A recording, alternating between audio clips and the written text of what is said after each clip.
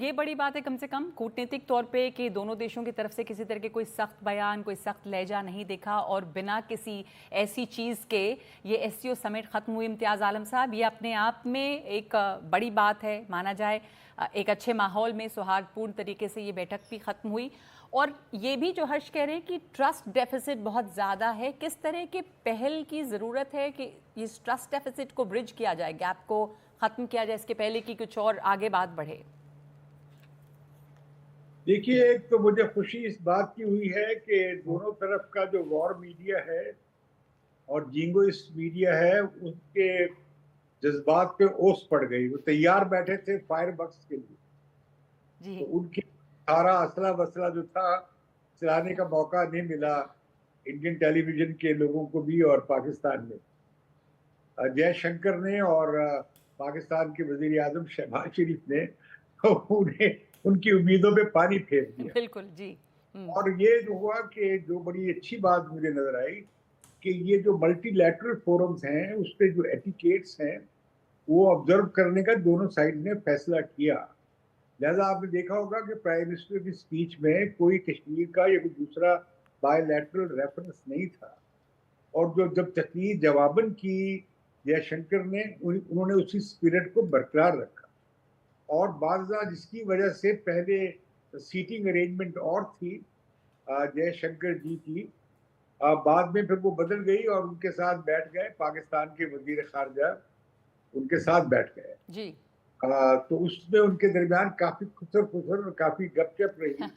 जी। आप तो बस इतना कह सकते हैं। और ये बात खुश आयद है जी। कि फायरवर्क्स नहीं हुए, बिहेव किया दोनों साइड से।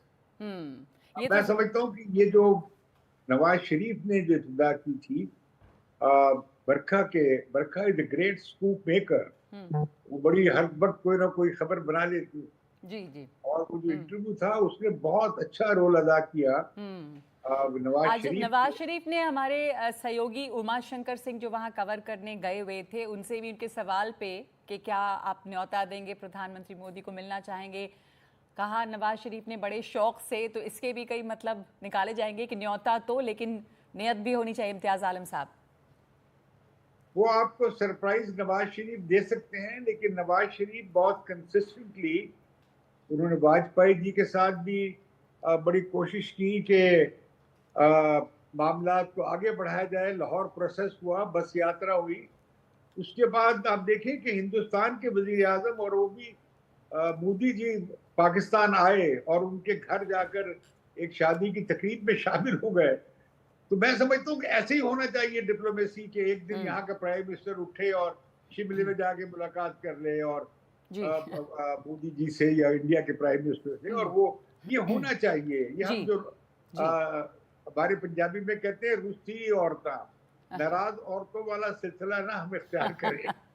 तो और हिंदुस्तान पाकिस्तान में तो ये है कि एक अच्छी मीटिंग हो जाए, मुस्कुराती हुई और बॉडी लैंग्वेज अच्छी हो, तो ये तो तो सब कुछ भी बड़े ठंडे और प्यार मोहब्बत का जी। इजहार करने जी, ये लगते हैं। प्यार मोहब्बत की बड़ी बातें। और तारीफ। आपने कहा कि ऐसे मीटिंग हो जानी चाहिए, आप उठ के चले गए, डिप्लोमेसी में सब चलता है, फिर ये मुमकिन है। हर्षपंत, पहले जिस तरह के मौके हुए, बातचीत हुई, लेकिन ट्रस्ट डेफिसिट जो है और उसकी वजह है कई। तो जो एससीओ में भाषण भी रहा एस जयशंकर का, उसमें उन्होंने नेबरहुड जैसे आपके पड़ोसी हैं उनका व्यवहार कैसा होना चाहिए, और आतंक के ऊपर भी एक जो अपना बयान दिया है उससे भी बहुत साफ था कि किस तरह की उम्मीद है भारत को किसी भी रिश्ते को आगे बढ़ाने से पहले।